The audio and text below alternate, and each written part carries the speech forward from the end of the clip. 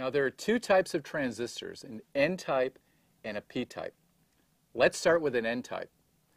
The N means negative because it uses electrons. The way this works is when the gate, that's a certain input, has a voltage, and we call this a 1, then there's a short circuit created between the other two terminals 1 and 2. So there's three terminals, the gate, terminal 1 and terminal 2, and when the gate is 1, then the switch between 1 and 2 is closed so that current can flow between those two terminals. When the gate has no voltage, so when its input is a 0, then that opens the switch between 1 and 2. So there's no connection and no current can flow. Here's the symbol for an N-type transistor. We have, again, three terminals. We have the gate, which comes in from the side here. And then we have the other terminals, 1 and 2. And again, when the gate is a 1, then we're going to close the switch.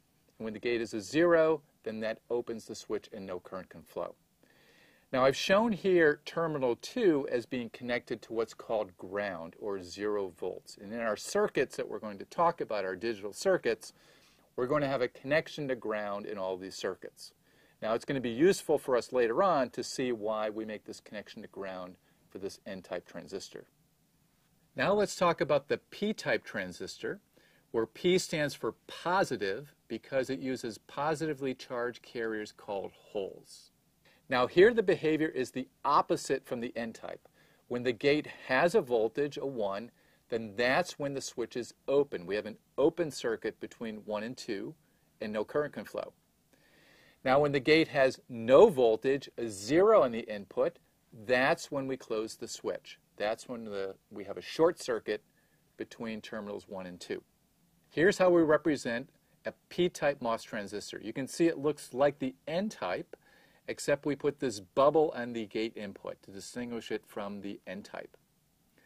Now here the behavior again is different. When the gate has an input of a 1, then I open the switch. With an N-type, that's when we closed it.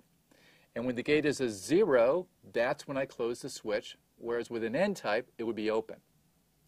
Now what I've done here is I've connected terminal 1 to 2.9 volts. We're using that as an example of our supply voltage. So we're going to see why it's useful later on to connect that terminal 1 to the supply voltage for our P-type transistor. Now that we've seen N and P-type transistors, let's put them together in what's called a CMOS circuit. Now CMOS stands for complementary metal oxide semiconductor.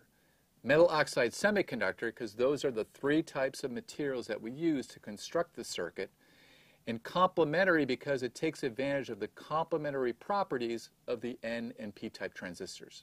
So we use both of these types, and the P-type transistors, we have a connection to the supply voltage as we showed you earlier. And what that does is that will pull the output voltage up to a 1 for particular inputs.